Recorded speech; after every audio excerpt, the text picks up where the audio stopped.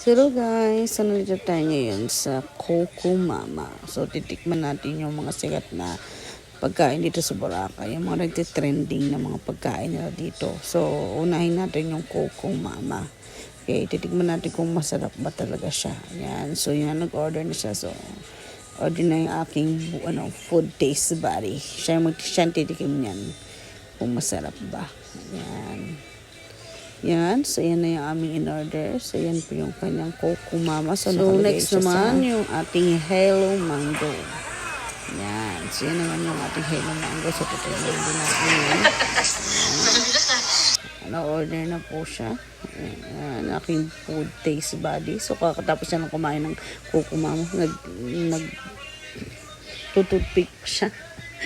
So yan, titigman naman natin yung Hello Mango nila, kung anong mas masarap. Okay, kung Coco Mama o yung Hello Mango. So yung Coco Mama guys, so yun naman is yung kinayod na niyog, dinilagyan nila ng ice cream. Yan. So sa mga hindi mahihilig sa mga matatamis, yun pwede, yun, good sa inyo yung Coco Mama kasi hindi siya matamis. So anong malalasahan mo lang sa kanya, yung kanyang gatas, then yung ice cream.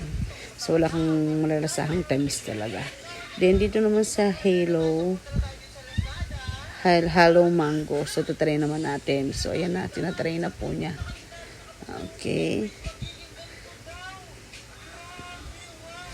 So, ayan na guys. Sinitikman na niya. So, mukhang enjoy siya. At mukhang sarap na sarap siya.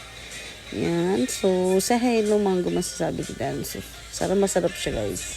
Talaga. Yung talagang lasang-lasa mo talaga yung flavor ng mangga. Then, maganda siyang i-blend sa ice cream. Yan. Yan. Kumbaga para kung kumakain ng sundae na may mango. Yan. So, mukhang satisfied naman ang aking food taste buddy. So, thank you guys. Goodbye.